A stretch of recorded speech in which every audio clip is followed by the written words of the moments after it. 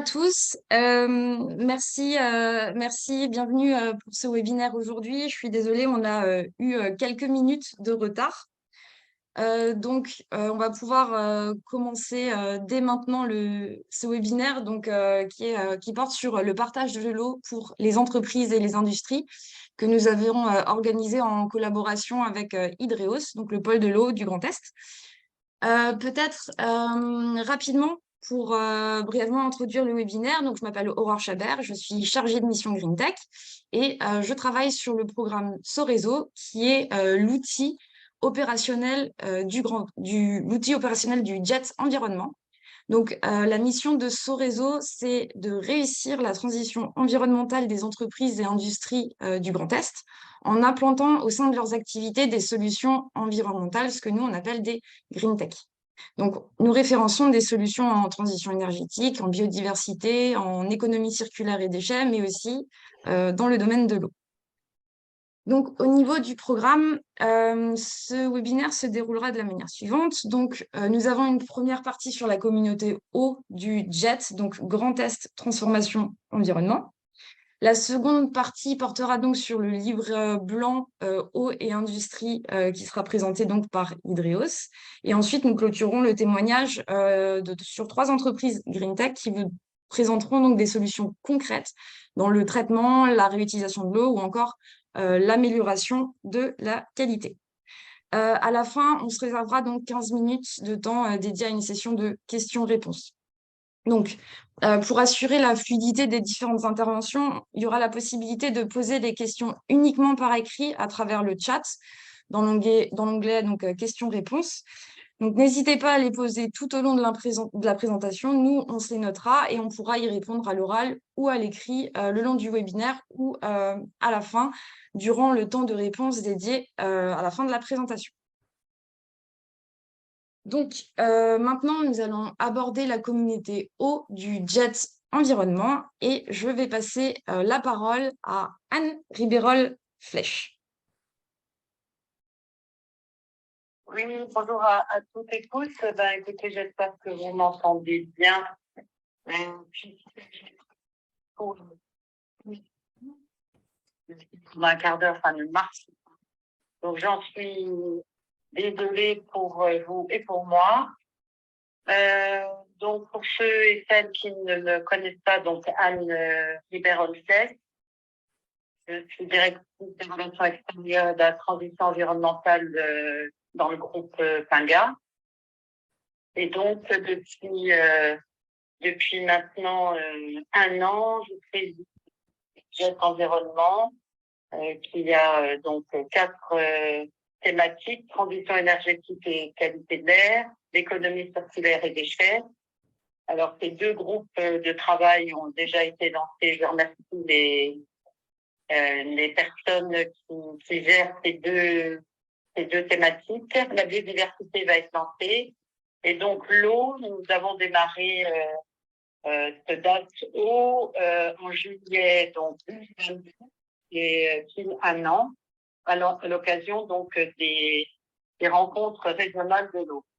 Donc, ce JET Environnement donc fait suite au Business Act 1 et 2, les et donc il a été mis en place dans des démarches et en partenariat avec la SN.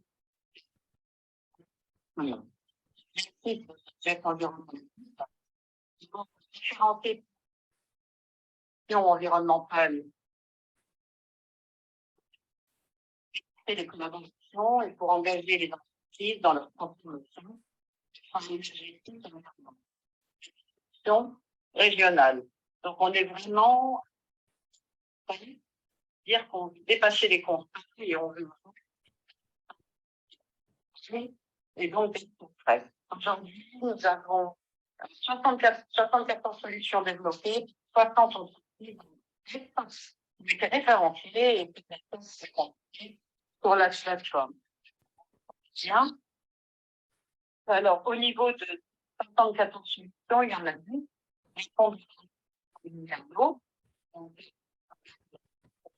Et c'est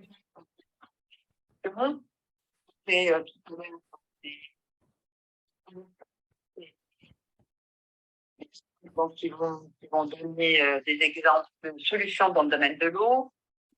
Sur Préma, je dis quelques entreprises, Poitiers. Il y a aussi Inman, Wash Check, A2OPE, T-shirt en France. Et donc, les entreprises sont localisées dans le Grand Est, notamment Baffin, Vosges, Aube, au niveau du Grand Est, et au niveau de la plateforme, les solutions sont décrites. Donc ça, c'est la première mission de ce DAO. Et la deuxième mission, donc, comme je l'ai rappelé, c'est engager une dynamique par communauté de travail. Et donc, on veut faire émerger, mettre en œuvre des feuilles de route répondant aux enjeux d'innovation, de développement de solutions et de formation compétences. Donc, en fait, on a, au sein de ce groupe de travail, il y a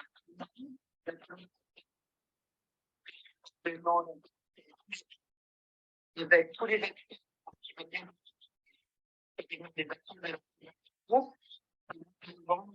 une feuille de route que je vous expliquerai un petit peu plus loin dans la présentation. Je crois que c'est au niveau, comme j'ai pas les slides,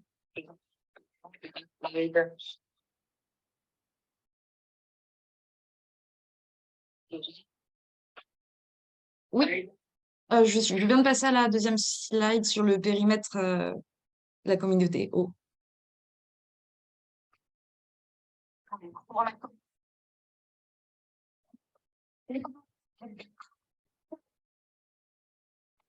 La recherche. Donc, on a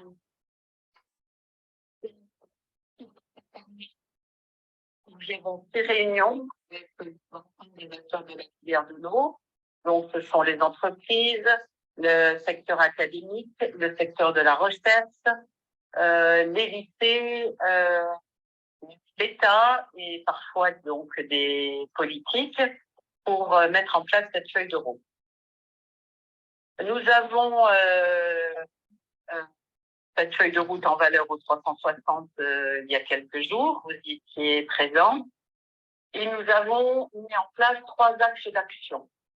3 axes d'action qui portent sur la sensibilisation et la communication auprès des entreprises, formation et compétences, où un groupe de travail a été notamment géré par de la région Grand Est, très actif, et également des développements de solutions et leur implémentation, car comme je vous l'ai dit, l'important, c'est d'avoir du concret. Alors, comme travaux au niveau de ces différents 3 axes, pour la communication et la sensibilisation, l'enjeu, c'est de promouvoir la filière de l'eau et ses métiers, et d'autre part, de sensibiliser les entreprises aux enjeux de la ressource en eau, d'un point de vue qualitatif et quantitatif. Donc, on a fait plusieurs temps forts et événements pour mettre en avant donc cette première partie sur la communication et la sensibilisation. Et le Grand Est, la région, a notamment mis en place un parcours de transformation dédié aux entreprises régionales avec un module qui est lancé spécifiquement sur la ressource en eau. Pour ce qui est de la formation et de la compétence, pour répondre aux besoins en recrutement des entreprises actuelles et de demain, notamment pour les métiers d'aujourd'hui et les métiers de demain, notamment en lien avec le changement climatique, plusieurs actions comme la réalisation d'une vidéo de promotion des métiers de l'eau, une enquête pour préciser les besoins et les recrutements de la filière eau, une cartographie des formations existantes ont été lancées, notamment appuyées par le pôle Hydréos avec qui nous travaillons étroitement. Et d'autres idées donc, vont suivre bientôt, notamment des portes ouvertes dans les entreprises et également des liens que nous voulons forts entre le monde de la formation, les adolescents, les lycéens, avec les entreprises pour qu'elles voient les différentes formations et les différents métiers sur lesquels ils peuvent accéder dans leurs études. Et enfin, le développement et implémentation de solutions. L'objectif est effectivement d'identifier et les projets portés par les acteurs du territoire pour une meilleure gestion de l'eau. Et une des actions identifiées, notamment de travailler plus spécifiquement sur le sujet de la réuse, donc la réutilisation des eaux usées, qui dans certains départements est plus avancée, notamment dans le sud, et dans certains pays comme Israël ou Singapour, où on voit que les avancées sont fortes. Donc, c'est un axe de travail. Je crois qu'Aquatiris est sur cette thématique. Notamment avec le changement climatique, nous avions aussi un autre axe de réflexion, c'est la gouvernance, effectivement dans les conflits. Gouvernance qui soit locale, départementale, régionale, nationale. Mais pour moi, c'est vraiment un point primordial, les conflits d'usage, notamment avec la perte de la ressource en eau sur les cours d'eau, et comment on va prioriser cette gouvernance de l'eau, qui va avoir la priorité d'amont en aval sur les cours d'eau. Voilà. Donc ça, pour moi, ça aussi, en lien avec le changement climatique, c'est un point très important. Donc, sur cette slide que je vois pas, je crois qu'on a reparlé des réunions, ça, je vous en ai parlé juste avant. Et on veut donc faire régulièrement des temps forts à dimension régionale. Et ça, c'est important pour mettre en lumière tout ce que l'on fait dans le concret, comme je vous l'ai dit. Trop de contraintes et trop de là. Il faut vraiment qu'on soit efficace. C'est une demande notamment de notre président de région, Franck Leroy. Et nous devons, pour nos entreprises, vraiment réfléchir pour la suite sur la réalisation de solutions d'innovation et de développement concrètes pour que dans notre région Grand Est, on arrive à pallier par les 3 axes d'action que je vous ai présentés cette problématique de la filière de l'eau avec toutes les conséquences que nous connaissons aujourd'hui. Voilà, donc en tous les cas, moi je remercie tous les contributeurs, les différents GEC environnement, les pilotes et les membres des communautés, notamment celle bien sûr de Diallo sur laquelle nous travaillons depuis 1 an, c'est très important. Merci d'avoir pris du temps. Nous allons avec la Pauline donc de Grand Innov proposer d'autres dates de travail dès la rentrée, parce qu'il faut continuer à être dans la dynamique de nos actions. C'est très important et j'y tiens. Ça fait 35 ans que je suis dans le domaine de l'eau et c'est une passion. Et aussi un jour passer le flambeau à la génération plus jeune pour continuer une activité primordiale et essentielle pour notre avenir. Merci à tous. Encore toutes mes excuses pour cette non-connexion. Je suis frustrée de ne pas vous voir. Malheureusement, la technique ce matin n'a pas marché. Merci à tous. Merci aussi à Grand Innov et la région Grand Est qui sont très impliqués dans ces 4 groupes de travail. Je pense notamment à Lionel, à Pauline, Aurore, Carole. Voilà, je peux pas toutes les citer, mais c'est vraiment collectif, collégial. Et c'est un beau travail que nous faisons ensemble. Merci à tous. Merci Anne pour ta flexibilité, c'était très clair. Maintenant, on va pouvoir passer à la seconde partie sur le livre blanc eau et industrie, et notamment présenter les grandes conclusions. Et ce sera un point abordé par Luc d'Hydreos. Luc, je te laisse la parole. Oui, bonjour à tous. Donc, Luc Vallervins, chef de projet eau et industrie au sein du pôle Hydreos. Donc, je vais vous présenter certaines conclusions du livre blanc eau et industrie qui est téléchargeable sur notre site internet. Alors, tu peux passer, Aurore. Merci. Tu peux passer celle-là aussi. Merci. Donc, on va d'abord faire un très rapide point sur la situation hydrique du Grand Est. Ensuite, on verra la consommation et les utilisations de l'eau dans l'industrie. Et ensuite, on va les lier aux problématiques donc, que les entreprises et les industries rencontrent par rapport à la gestion de l'eau. Ensuite, on conclura par les axes d'amélioration et les freins à l'efficacité hydrique. Et on vous présentera les actions que mène Hydreos pour y répondre. Voilà. Alors, donc là, on voit une carte où on voit les zones en fragilité ou en stress hydrique. Donc, on peut voir que sur la majorité du territoire Grand Est, on a des zones fragiles et prioritaires. Donc ça, c'est la priorisation que donne l'Agence de l'eau Rhin-Meuse. Alors, 50% des prélèvements du Grand Est se trouvent, liés aux industriels, se trouvent sur la plaine d'Alsace, enfin sur le bassin du Rhin. Ensuite, on a 22% sur celui de la Seine et 18% sur celui de la Moselle. Donc, on voit qu'il y a tout n'est pas égal.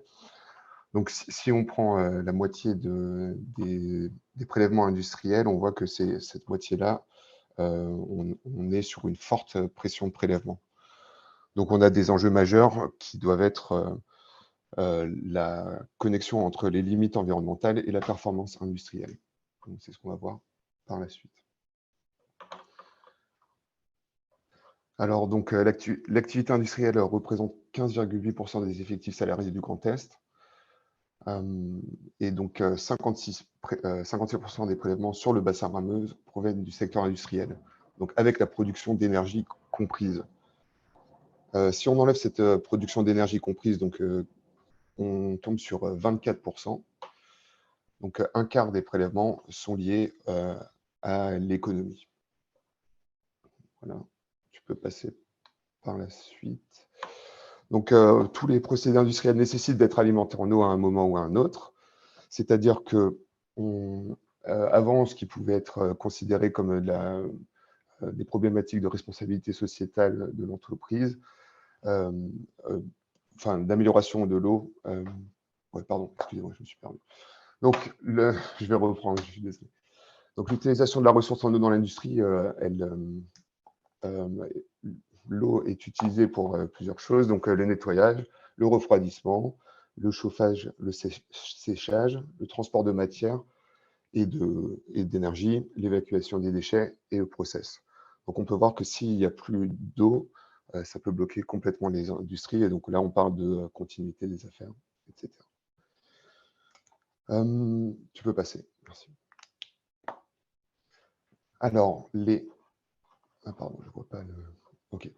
Donc, les problématiques rencontrées, donc on a des problématiques de qualité et de quantité au niveau des prélèvements et des rejets. Donc, comme je le disais avant, on passe à des problématiques de continuité des affaires, notamment avec les arrêtés sécheresse. Donc, en 2019-2020, sur 70% du territoire Grand Est, 70% du territoire Grand Est était concerné par un niveau d'alerte sécheresse plus ou moins élevé. Donc, on voit que ces problématiques, avec les conséquences du changement climatique qu'on connaît, seront de plus en plus, devront être prises en compte. D'où cette sensibilisation. L'évolution aussi de la réglementation est problématique pour les industriels parce qu'elle est de plus en plus contraignante, notamment sur les caractérisations des rejets, sur les volumes ponctionnés, etc. Ensuite, il faut savoir aussi qu'en 2021, il y a eu une révision de l'ADEME de 226 installations dans le Grand Est, une révision des conditions de prélèvement. Donc, on peut s'attendre à d'autres révisions de conditions de prélèvement. Pardon. Et c'est pour ça que c'est important de pouvoir s'y préparer en tant qu'industriel ou en tant qu'entreprise. Et ensuite, il y a le coût réel de l'eau, donc qui est une problématique qui va être de plus en plus importante, comme on va le voir sur la slide d'après. Merci, Laurent. Donc, pour l'instant, le coût concernant l'approvisionnement en eau, le coût de l'eau pour les industriels est de l'ordre de 2 € le mètre cube pour un accès au réseau de ville, mais elle est de 0,1 via la taxe de prélèvement dans le milieu naturel. Donc ça, c'est vraiment le coût que tous les industriels connaissent. Mais par contre, on a un coût caché, enfin on a notamment beaucoup de coûts cachés. Alors le premier, ce sera le coût qui est lié à la performance industrielle.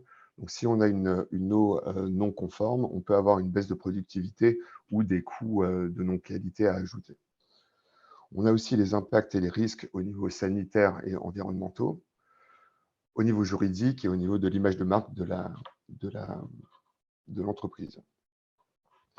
Par rapport à la performance industrielle, il y a un bon exemple, c'est que 1 mm de tartre sur un échangeur thermique provoque un surplus de 40% d'énergie nécessaire à son fonctionnement. Donc on voit que la qualité de l'eau qui passe à travers les process est très importante. On a aussi donc la valorisation de l'image, la durabilité des installations et le leadership. Donc, les coûts cachés, une bonne gestion permet aussi, une bonne gestion de la ressource en eau permet d'imposer son rythme et de challenger ses concurrents. Voilà, ça c'est pour cette partie. Donc, les axes d'amélioration. Donc, la première des choses est de connaître son efficacité hydrique et de faire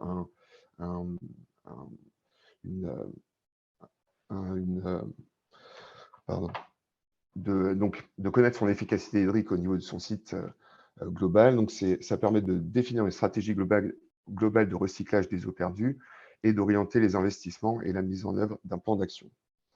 Une fois qu'on a cet état des lieux, on peut définir ces axes d'amélioration. Donc, la première des choses, c'est agir sur sa consommation, donc réduire le risque à sa source. Ensuite, on va avoir le recours aux eaux non conventionnelles, donc les eaux pluviales, les eaux de ruissellement, notamment sur les parkings, des choses comme ça, et la réutilisation ou la reuse. Donc, donc on a certains problèmes, donc comme le disait Anne Ribérol, on est en retard notamment par rapport à l'Israël, par rapport à l'Espagne sur notamment la réutilisation, mais on a des freins réglementaires. Par exemple, il y a des industries agroalimentaires qui retraitent des effluents et qui n'ont pas le droit, en tant qu'industrie agroalimentaire, de pouvoir les utiliser, ne serait-ce que pour laver des locaux. Donc, voici les 3 axes d'amélioration possibles. Et donc, en tant que pôle de l'eau du Grand Est, on accompagne les acteurs du territoire, notamment avec des prédiagnostics d'efficacité hydrique, donc qui permettent aux industriels d'avoir cet état des lieux et de pouvoir définir ces axes d'amélioration. On travaille au centre en tant que tiers de confiance entre la recherche, l'innovation, les territoires et les industries. Donc, on est à votre écoute si vous avez besoin d'aide sur ces sujets-là. Voilà, j'ai essayé de faire court. Je laisse la parole. Merci. Merci Luc. Alors, pour faire suite donc, à la présentation donc, de la communauté et du JET Environnement, ainsi que donc ce livret blanc qui a un peu présenté aussi les enjeux, maintenant, on va pouvoir laisser la parole aux entreprises qui proposent des solutions. Et nous allons commencer par l'intervention de Martin Werkman d'Aquatiris. Oui, bonjour. Donc Martin Werkman, je suis dirigeant associé d'Aquatiris. Je vais vous dire quelques mots sur notre entreprise et son origine, et puis je vous présenterai les 2 solutions que l'on propose pour la bonne gestion de l'eau dans les industries. Donc, dans la ciel, juste tu peux montrer la. Non, alors, ouais, reviens, non, alors reviens, reste à la première. Excuse-moi, c'est que je. Oui, donc moi j'ai fait mes études à Strasbourg il y a déjà 25 ans, et puis il y a même plus, 30 ans. Et j'ai commencé à travailler dans la 2e entreprise qui développait des systèmes de traitement des eaux usées avec les végétaux. Puisque dans les années 90, c'était quelque chose de un petit peu à rebours de tout ce qui se faisait. Puisqu'on était plutôt sur des ouvrages béton avec des pompes, etc., qui permettaient de traiter les eaux. Et là, donc, c'était très nouveau. À l'époque, c'était surtout destiné au traitement des eaux des petites collectivités. Et cette technique a connu un grand succès dans les années 2000, notamment parce qu'elle ne produisait pas de boue et que pour les mairies, c'était évidemment un grand avantage. Et donc, la spécificité de cette filière, c'est qu'on est les seuls, la France, à traiter les eaux brutes directement avec des techniques végétalisées. Donc, c'est d'ailleurs, on appelle le système français à l'international. Dans les colloques, on parle de la filière française. Voilà. Donc, dans les années 2000, tout début des années 2000, moi, j'ai créé une association pour pouvoir appliquer cette technique pour les maisons individuelles. Et puis, parce que c'était pas réglementaire, on était là pareil, un petit peu en rupture avec ce qui se faisait. Et en 2007, comme ça a eu un certain succès, j'avais 2 clients très motivés. Et on a créé Aquatiris en 2007, puisqu'on sentait que la réglementation allait changer, qu'un marché s'ouvrait et que, bon, voilà, il y avait des choses à faire. On voulait professionnaliser cette technique pour les maisons individuelles. Et donc, on a créé Aquatiris en 2007. Et aujourd'hui, en 2023, on en réalise 2500 par an sur le territoire. Tu peux passer la diapo suivante. Voilà, alors donc nous, notre technique, vous l'avez compris, c'est une technique qui propose des solutions fondées sur la nature. Et notre base de réflexion, ce sont les techniques agricoles, puisque dans les techniques agricoles, il y a le drainage, l'irrigation et la biologie du sol, et ce sont donc tous les mécanismes qu'on utilise nous dans notre technique, qu'on va appeler basse technologie ou de la low-tech. Et donc on fait appel à tous ces mécanismes épurateurs du sol. Je rappelle que il y a 30 ans ou dans les années 90, le sol était considéré comme un seul support. Par exemple, l'INRA, on comparait le sol à de la laine de verre sur lequel on peut ajouter des intrants pour faire pousser les plantes. Eh bien, nous, justement, on se rend compte que ça n'est pas que ça du tout, puisqu'on fait appel effectivement aux propriétés de support que possède le sol, c'est-à-dire sa texture, sa structure, sa porosité. Ça, c'est ce qui nous permet de filtrer les eaux mécaniquement. Mais l'agent principal épurateur, c'est bien sûr, ce sont les bactéries qu'il y a dans le sol, les champignons qui sont capables de dégrader de façon très aboutie la pollution. Et la troisième catégorie de propriétés du sol que l'on utilise, ce sont donc les plantes et la petite faune du sol qui constitue les agents d'entretien et de structuration, d'infrastructure du sol qui permet à nos systèmes de fonctionner dans le temps. Car comme je vous le disais, c'est de la low-tech et donc il faut bien que ces systèmes soient entretenus. Donc c'est voilà, les petites bébêtes, les racines et tout ça, sur le long temps, décolmatent, entretiennent, ça, ils consomment de l'énergie, ils ont des articulations qui permettent d'entretenir cette filtration. Alors, bon, voilà, on maîtrise ces techniques depuis 20 ans et on les applique, on les décline sur différentes gammes ou produits dérivés. Et je vais vous parler de donc deux applications que l'on développe depuis quelques années. Donc, la réutilisation des eaux ménagères pour l'arrosage et le traitement des eaux de process des industries agroalimentaires pour la production végétale. Alors, slide suivante. Alors, quand on veut faire de la réutilisation des eaux, on se pose toujours la question de la façon suivante, c'est quoi mes gisements? Qu'est-ce que je vais en faire? Et donc, quel traitement je dois appliquer?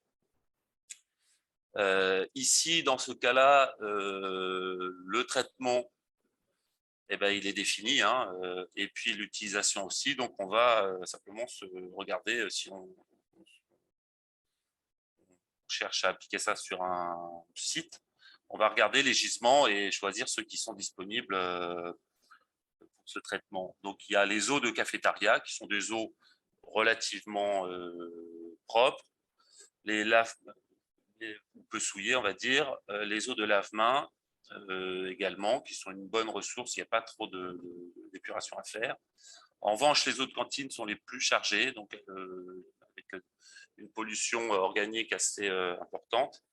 Et puis les eaux de vestiaire qui sont, bon, par exemple les douches, c'est pareil, c'est un gisement qui est relativement propre, donc qui permet un traitement léger que permet la phytoréute, et pour une utilisation peu exigeante, celle de l'arrosage des espaces verts. Voilà, donc la description, donc vous voyez, c'est tout simple, c'est un pot avec un substrat avec des propriétés de filtration et d'épuration qui sont optimisées. Avec 1 mètre carré de surface, on peut traiter environ 500 litres d'eau par jour, et 2 options sont possibles. Un arrosage manuel, donc avec l'arrosoir, comme vous voyez, mais il est contraignant, donc c'est pas le plus intéressant. Et l'option la plus intéressante est celle de droite, où vous voyez qu'on a un siphon auto-amorçant qui permet d'irriguer par un effet de chasse, quand le siphon s'amorce, des surfaces plus importantes. Et puis surtout, ça se fait tout seul, donc il y a très peu d'entretien et très peu d'opérations de maintenance. Slide suivante. Voilà, donc là j'ai pris 2 exemples donc d'eau de cuisine et de lavement pour des. Alors évidemment ça s'applique aux eaux de bureau, hein, c'est pas pour les autres process. Ici l'hiver on peut couper c'est réversible, hein, donc l'hiver on n'arrose pas, mais donc ces deux installations permettent de traiter en un mois 15 mètres cubes ou 30 mètres cubes, c'est pas énorme, mais ça fait déjà pas mal pour l'arrosage des espaces verts. Et évidemment, comme notre but c'est de réutiliser les eaux pour l'arrosage, on se devait de faire des tests de germination et de croissance végétale pour voir l'impact des eaux que l'on traite sur la croissance végétale. Sachant qu'aujourd'hui, on ne voit pas d'impact ni négatif ni positif sur le sujet, avec un traitement en gros de 90% de la pollution avec notre système de phytoréute. Slide suivante. Voilà, donc là, c'est le deuxième système que l'on développe. Alors là, c'est pour des volumes un peu plus importants, de 1 mètre cube à 100 mètres cubes par jour. Donc, qui permet de traiter des eaux de process que pour des confiseries, des conserveries, des brasseries, des chais. Donc, on est plutôt sur des industries agroalimentaires. On l'a appelé gamme osier parce qu'il y a d'abord un préfiltre bois qui permet de filtrer, de faire un gros dégrillage et d'amorcer le traitement des eaux usées. C'est un ouvrage sur lequel il est facile de racler les boues qui commencent à composter. Donc, on est sur des processus de compostage assez concentrés. Et une deuxième partie qui est sur une production végétale et principalement constituée de saule osier. Donc, on peut utiliser d'autres espèces, mais d'où le nom de la gamme osier pour cette technique. On peut passer la slide suivante. Là, j'illustre le sujet avec une fromagerie, laiterie fromagerie, qui a 4 mètres cubes d'eau blanche par jour. Donc, ils ont le premier étage, comme on l'a dit, qui va récolter les résidus de lait, donc gras et de graisse issus du fromage. Donc, voilà, il y a une première filtration qui s'opère avec un entretien annuel où on retire ces matières qui commencent à composter. Et puis la deuxième partie, donc là on est bien sur du saule.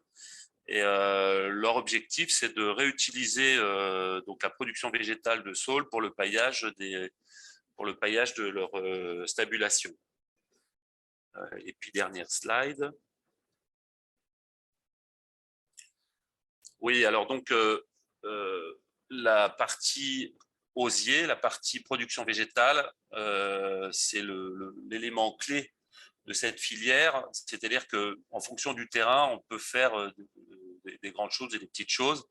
On peut chercher un usage esthétique, essayer de faire de la production végétale pour de l'énergie, du paillage, du fourrage. Donc, en fonction des projets, ce sera l'usage qui dessinera la filière, le design de la filière. C'est une application de la part de l'industriel de se dire c'est pas forcément que facile et simple à faire, Mais si on veut une cohérence dans l'intégralité de son industrie, ça permet quand même justement de ce déchet, de ne pas simplement le rejeter ou le rendre comme ça, mais de le valoriser, sachant que ces filières constituent des puits de carbone qui permettent à une entreprise, à une industrie de baisser son impact carbone. On est en train de labelliser nos techniques pour pouvoir justement revendiquer ce puits de carbone que constitue cette production végétale. Voilà, j'en ai terminé.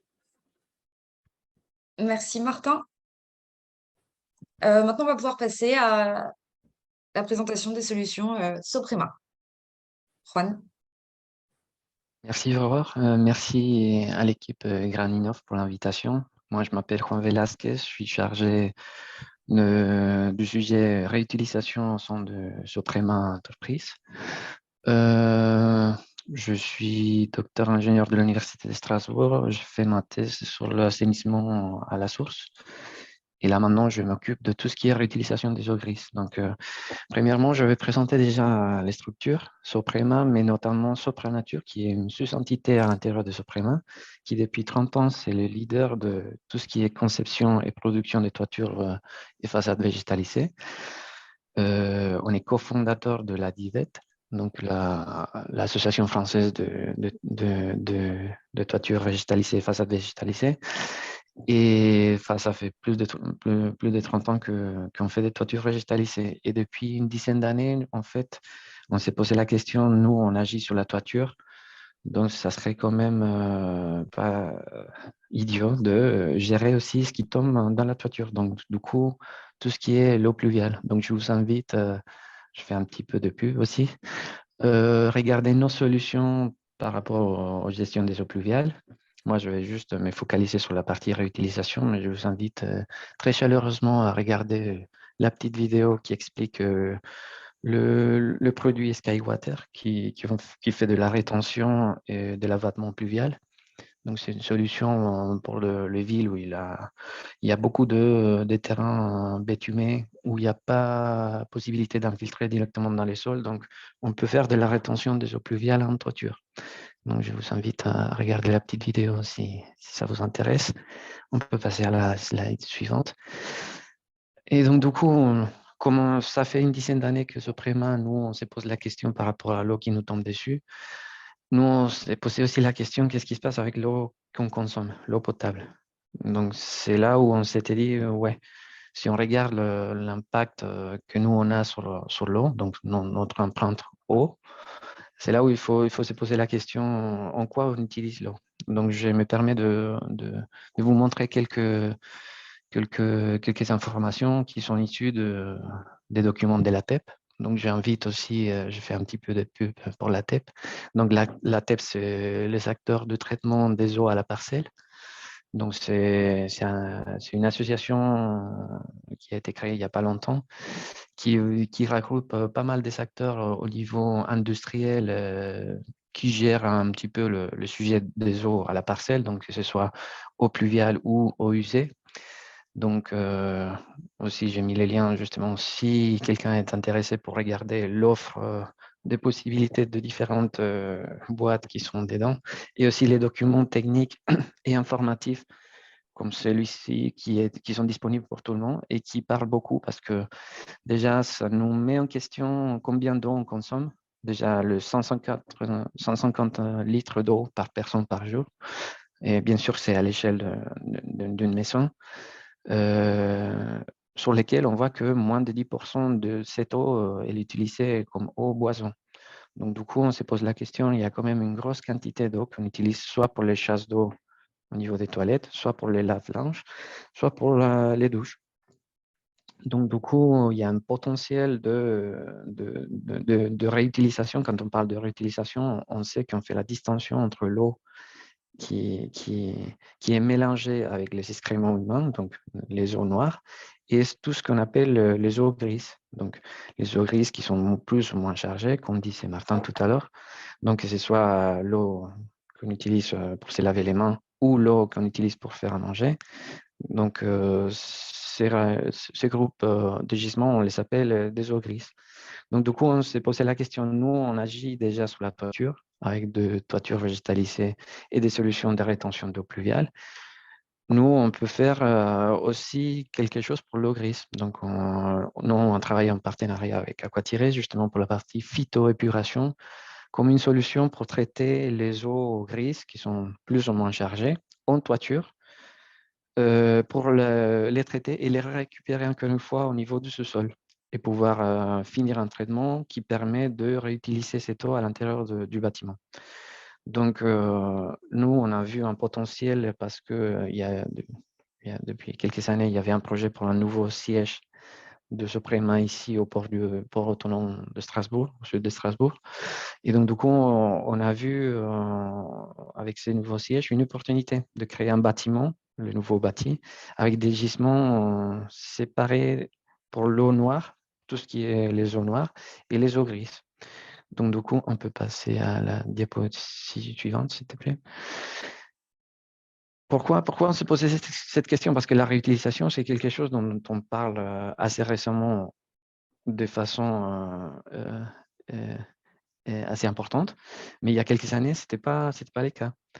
Et donc, du coup, on se pose la question, qu'est-ce qui se passe avec la réutilisation si on voit les cas partout en Europe? Enfin, il y a des pays, comme ça a été évoqué tout à l'heure, comme l'Espagne, l'Italie ou même le Chypre, où la réutilisation elle est beaucoup plus importante que chez nous.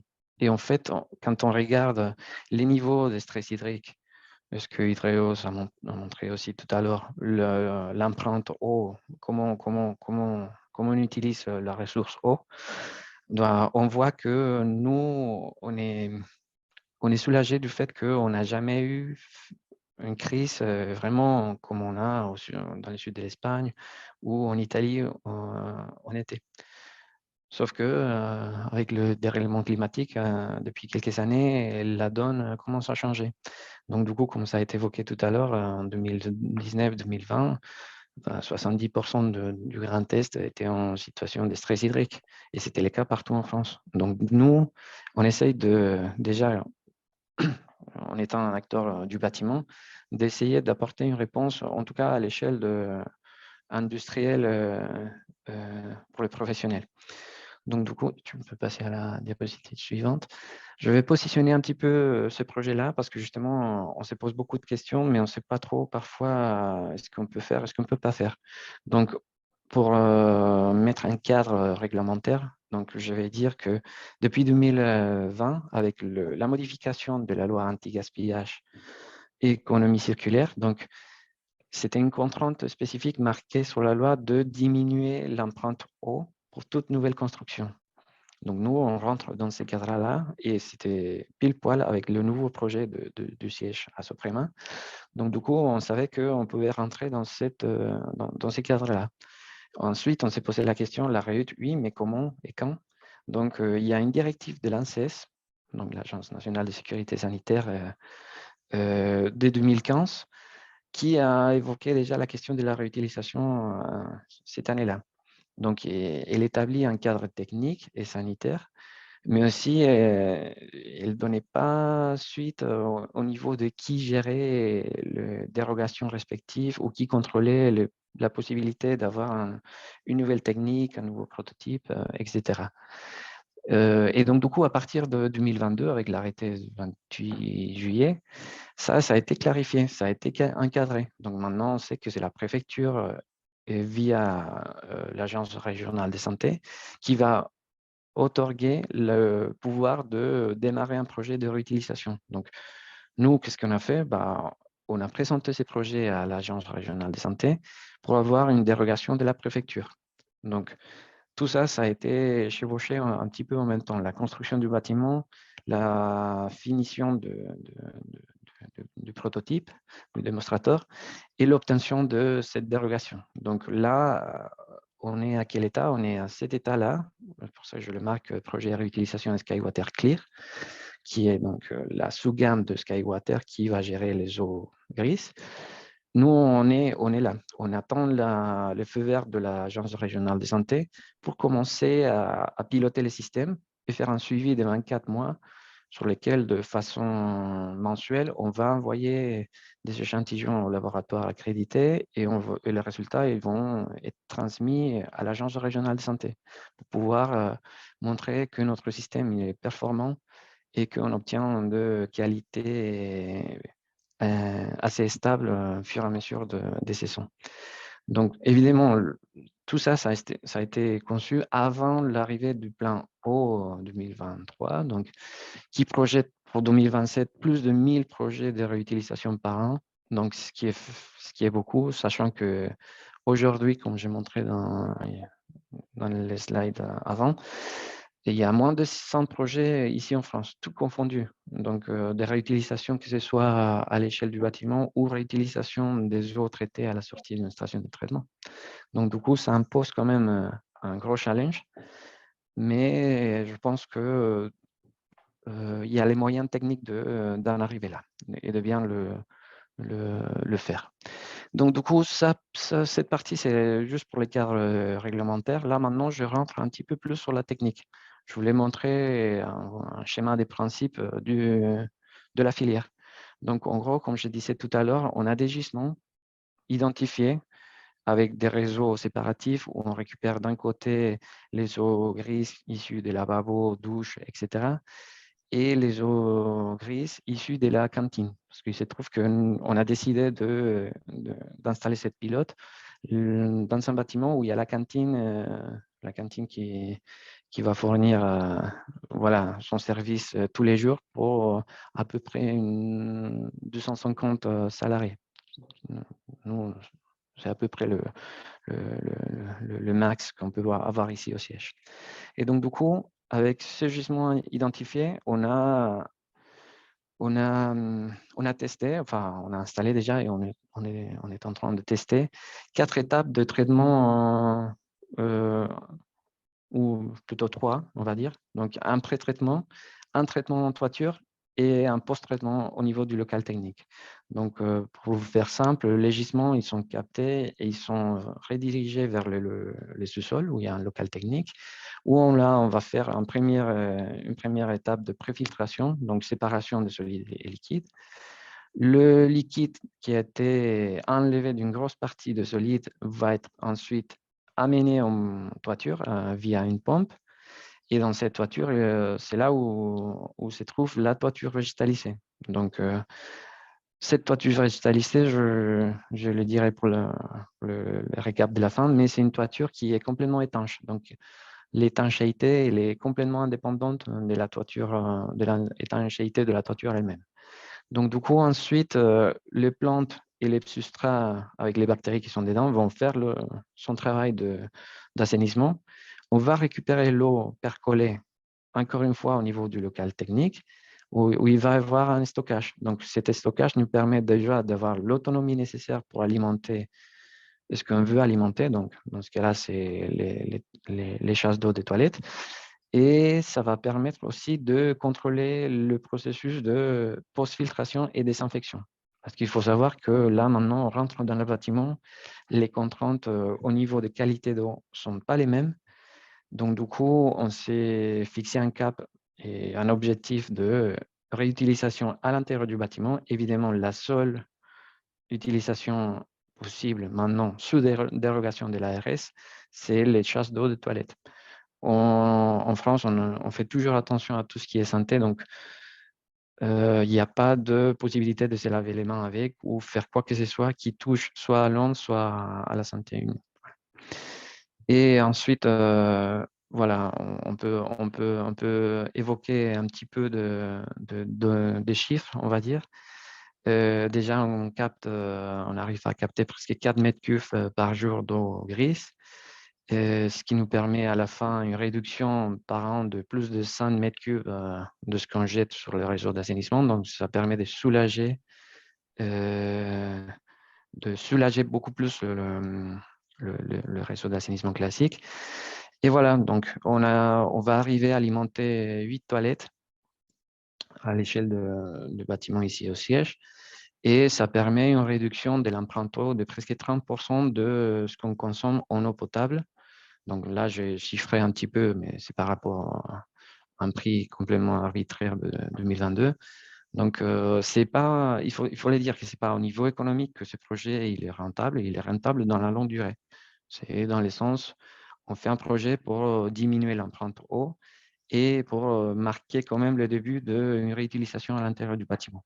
Donc, c'est ça le point d'intérêt. Et je vais finir juste avec 5 points à retenir. Tu peux passer à la slide suivante, s'il te plaît. Donc, comme dit, Skywater Clear en 5 points, donc c'est une toiture végétalisée complètement étanche qui permet d'obtenir une qualité d'eau au final propre, pas propre, mais adaptée soit à l'irrigation, soit à l'alimentation des chasses d'eau, qui permet de réduire l'empreinte eau à l'échelle du bâtiment. Évidemment, comme c'est une toiture végétalisée, c'est une phytotoiture, ça participe de la même façon qu'une toiture végétalisée au niveau des services écosystémiques, donc notamment rafraîchissement en période de canicule, etc. Et parce qu'on l'arrose tout le temps avec de l'eau grise. Donc, on ne fait pas appel à l'eau potable pour rafraîchir justement la toiture. Donc, ce qu'on appelle une utilisation intelligente de la surface de la toiture. Donc, voilà, je vous invite à la dernière diapo, juste pour montrer un petit peu le projet. Donc, ça, c'est l'installation au siège au Grand Charles, ici à Strasbourg. Évidemment, les plantes, elles ne s'étaient pas poussées complètement à ce moment-là. C'est pour ça qu'on la voit un peu minéralisée. Mais si vous voulez plus d'informations, n'hésitez pas à cliquer sur le lien ou à scanner le QR code. Et je vous remercie. Merci, Juan. Et maintenant, on va passer à dernier offreur de solutions, donc eWays avec Fabrice Ferry. Bonjour à tous. Donc, enchanté, Fabrice Ferry, société eWays. Donc, rapidement, j'ai une maîtrise en sciences de la vie et de la terre, donc spécialisée en géologie et biologie. Et j'ai fait une licence professionnelle en eau et ressources et infrastructures, et ça fait 23 ans que je travaille dans le milieu de l'eau et de l'agronomie. Et donc, avec ma femme, on a créé notre société eWays, qui travaille sur 3 leviers, donc le vivant, les économies d'énergie et principalement aussi sur le facteur de l'eau, ce qu'on va parler aujourd'hui. Donc, diapo suivante. Voilà. Donc, moi, je vais vous parler rapidement parce que je peux en parler pendant des heures sur de l'eau. Mais en fait, l'eau, elle a des caractéristiques à laquelle on redonne des valeurs. Parce que on peut passer directement à la diapo suivante. Dans son cycle, elle subit des traitements, elle est chimique, physique, elle passe par des pompes, ce qui lui confère en fait au niveau de la physique et de la chimie des organisations. Et donc, elle a ces caractéristiques d'épuration, d'hydratation, d'irrigation sont totalement perturbées. Toute la partie physique, chimique, je ne vais pas l'aborder là parce que c'est trop long. Mais en fait, voilà, l'objectif de l'eau dans le milieu des process, industrie, voilà, on le connaît tous. Et donc, elle n'est pas aussi efficace qu'elle ne pourrait l'être. Donc, l'objectif de notre travail, c'est justement de redonner cette puissance à l'eau via sa qualité pour réduire les biofilms. On avait entendu tout à l'heure qu'un millimètre de tartre, c'est 40% de consommation d'énergie en plus, donc des coûts d'énergie élevés. Et puis, on va voir aussi qu'on peut aussi, grâce à une eau de meilleure qualité, optimiser aussi l'achat des consommables et minimiser aussi les frais de maintenance et d'entretien.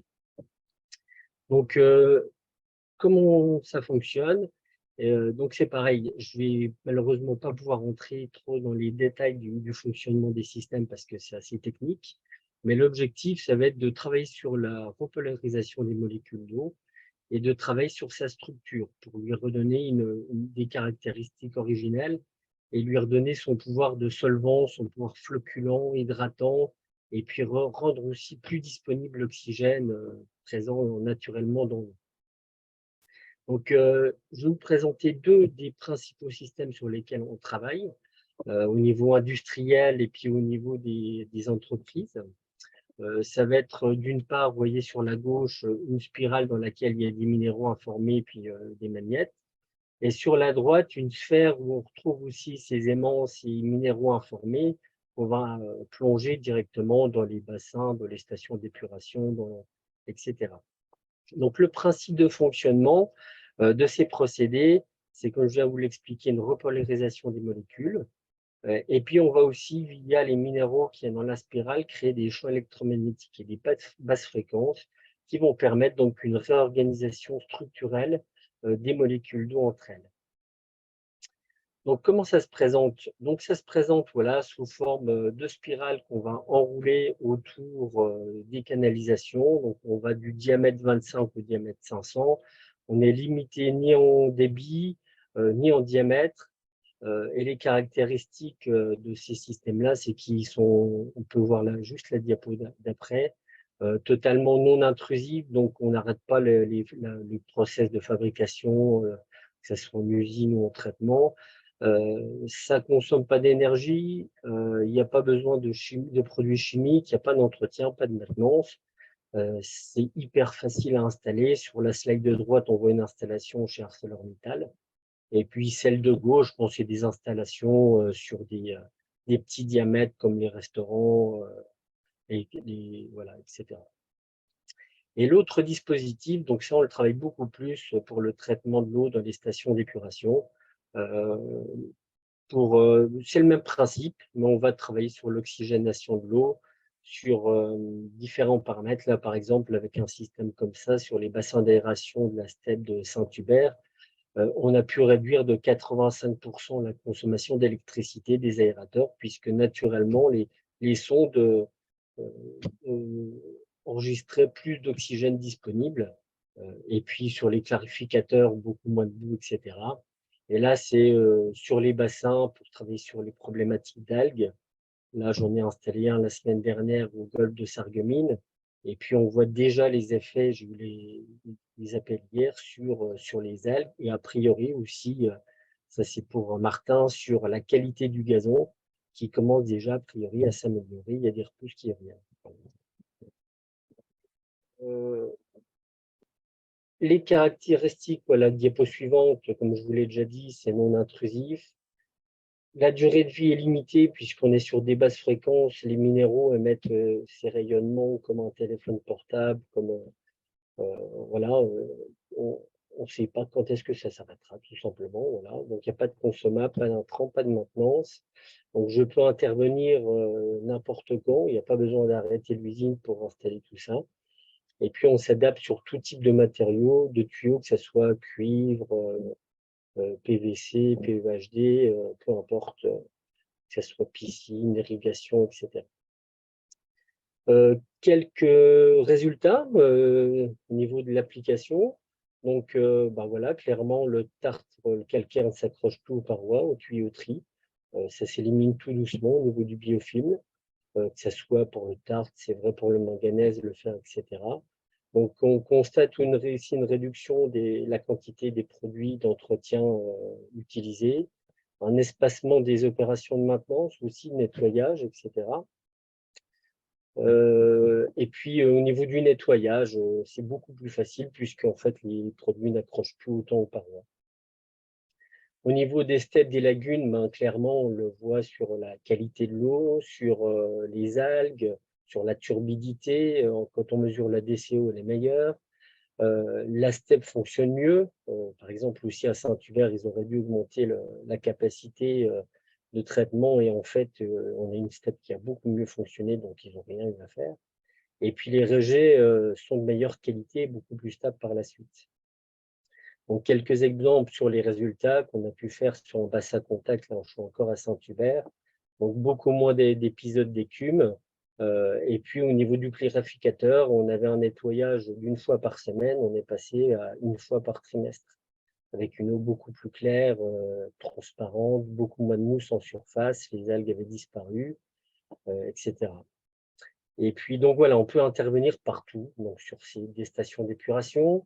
On peut travailler sur des lagunes, où là, on a réglé un problème de lentilles en quelques mois, où les 3 lagunes étaient remplies de lentilles vertes. Et aujourd'hui, 1 an après, il n'y a plus une seule lentille du tout. Et puis, on se rend compte aussi que la vase commence à diminuer au niveau de plus d'odeur, etc. Autre secteur d'activité, on peut passer, voilà, ça c'est une photo que j'avais prise juste avant, vite fait. Voilà une photo 3 jours après l'installation des sphères dans le bassin, où on voyait déjà que l'eau avait changé d'aspect et il n'avait pas plu, les températures elles étaient les mêmes, c'était au mois d'août de l'année dernière. Et puis la slide d'après, on voit le résultat aujourd'hui, où j'ai plus du tout une seule lentille. Alors les domaines d'activité, ils sont multiples parce qu'il y a de l'eau partout. Donc je peux agir aussi bien sur les piscines que sur les golfs, les steppes, le maraîchage. Et puis au niveau industriel, slide suivante, on va aussi bien sur l'acérique, les tours de refroidissement, partout en fait où il y a de l'eau. Donc on travaille avec des hôtels, on travaille avec des restaurants, il y a des Burger King, il y a des McDo.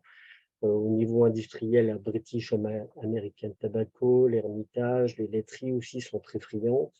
Et puis on peut travailler sur des boulangeries, sur des parcs d'attractions, des brasseries. Enfin voilà, les domaines sont vastes et j'aurais jamais assez d'une vie pour tous les exploiter. Voilà, j'ai terminé. Merci Fabrice. Donc, on va pouvoir passer à la session questions-réponses. Donc, on a déjà une première question donc, de Luc Blavy. Donc, la toiture, alors c'est pour Juan Soprema. Alors, la toiture doit-elle être horizontale ou est-il possible de la réaliser sur une toiture en pente? Et si oui, jusqu'à quelle inclinaison? Merci pour la question. Non, là, tout de suite, on travaille avec des pentes nulles, moins de 5% au final. Donc, mais en interne, ça fait partie de la démarche R&D de basculer un petit peu sur les pentes plus prononcées, voir le mur, faire des murs végétalisés pour traiter des eaux grises. Ça fait partie voilà, de la R&D interne.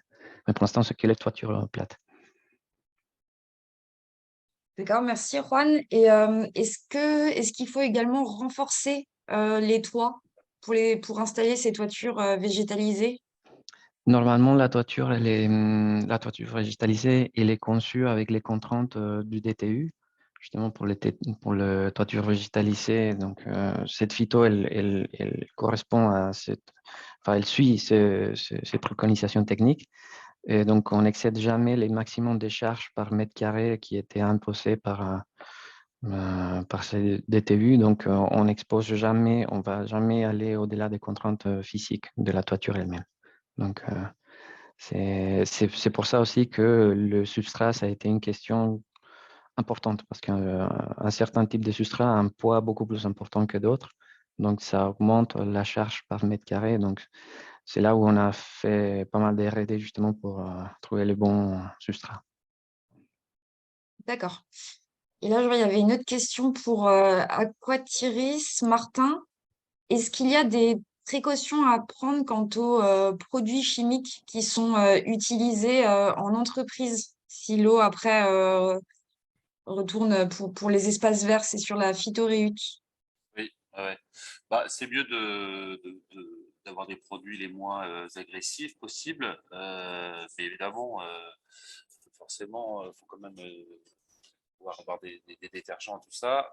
Nous, de ce qu'on a mesuré, il n'y a pas d'impact, mais on a, comme je le disais tout à l'heure, on n'a pas fait des mesures. Ça fait 3 ans qu'on fait des mesures et peut-être dans des conditions pas assez fines pour voir quel est l'impact. En tout cas, ce qui est sûr, c'est que ces produits, on les traite en partie. On en traite une partie, mais on ne traite pas tout. Et après, qu'ils se retrouvent dans un cours d'eau ou dans le sol, à la limite, dans le sol, c'est mieux que dans le cours d'eau. Mais oui, si on peut diminuer à l'amont, c'est l'idéal, sachant qu'on ne peut pas ne pas en utiliser. D'accord. Et idem pour e-ways, est-ce que c'est donc au niveau des sphères, est-ce qu'il y a une profondeur minimale à avoir pour le traitement des eaux? Oui, il y a une profondeur minimale pour les sphères à avoir. Par contre, pour des faibles profondeurs, on a un outil STEM sous forme de disques dynamisés qui permettent d'agir sur des petites profondeurs. D'accord. Et donc la durée de vie des installations, elle est aussi Pareil, longue. on est sur des rayonnements basse fréquence via des minéraux informés. Donc, c'est comme dans le vivant, la planète émet des rayonnements électromagnétiques, ben, c'est comme un aimant, on ne sait jamais quand est-ce qu'il va s'arrêter. Les rayonnements se font toujours. Donc là, après, je vous dis, c'est de la physique, chimie, c'est de la durée de vie, des demi-vies, mais on ne sait pas quand est-ce que ça se finira, en fait. Mais on ne sera plus là, nous, quand ils ne marcheront plus. D'accord. Et peut-être aussi, Luc, à nouveau, est-ce à l'usager de déterminer quelle solution serait la plus appropriée ou existe-t-il chez Hydreos une structure pour aider au choix? Donc là, vous parlez lorsqu'il y a des diagnostics au niveau des entreprises. Je pense, bon, peut-être qu'on va pouvoir revenir à la question ensuite. Il y avait également une autre question sur la gamme Osier, Martin, à nouveau. Est-ce qu'il faut donc curer ces jardins d'assainissement ou est-ce qu'il faut changer les végétaux régulièrement qui sont utilisés? Et alors, dans la première partie avec la préfiltration bois, en fonction de ce qui arrive, il va être nécessaire de curer, comme je disais, tous les ans, probablement une couche de 10-15 cm, donc de toutes les matières qui ont été retenues, matières solides, les fibres. Par contre, sur la partie osier, donc, ça dépend du choix qu'on fait. On peut très bien ne rien faire du tout. Par exemple, si on met du miscanthus à destination on veut que ça soit une sorte de refuge pour la faune, à ce moment-là, au contraire, il ne faut rien faire. Si on veut faire de la production de bois, énergie, à ce moment-là, on viendra tous les 3 ans couper, ou tous les 3 ans, tous les 5 ans, couper les taillis, ce qu'on appelle les taillis à très courte rotation. Là, c'est en fonction du choix qui est fait et des usages qu'on en aurait. D'accord. Ok, très bien. Je pense qu'il n'y a plus forcément des questions suivantes, donc on va pouvoir clôturer sur ça. Donc, pour information, donc, voici les coordonnées donc, au niveau Grand Est Transformation Sorezo, également les coordonnées des différents intervenants sur niveau solutions et Hydreos. Donc, pour information, hein, je vais envoyer la présentation à l'ensemble des inscrits et des présents au webinaire. Donc, vous aurez un PDF et on publiera également en ligne le replay du webinaire sur la page LinkedIn. Donc, n'hésitez pas à la suivre pour y avoir accès. Je vous remercie pour vos présences aujourd'hui. J'espère que ce webinaire vous a plu, qu'il vous ont apporté des solutions. Et n'hésitez pas à nous faire un retour en répondant au questionnaire de satisfaction. Merci à tous les intervenants également et je vous souhaite à tous une bonne journée. Merci pour l'invitation. Au revoir. Merci. Merci. Merci beaucoup. Merci. Bonne journée. Bonne journée.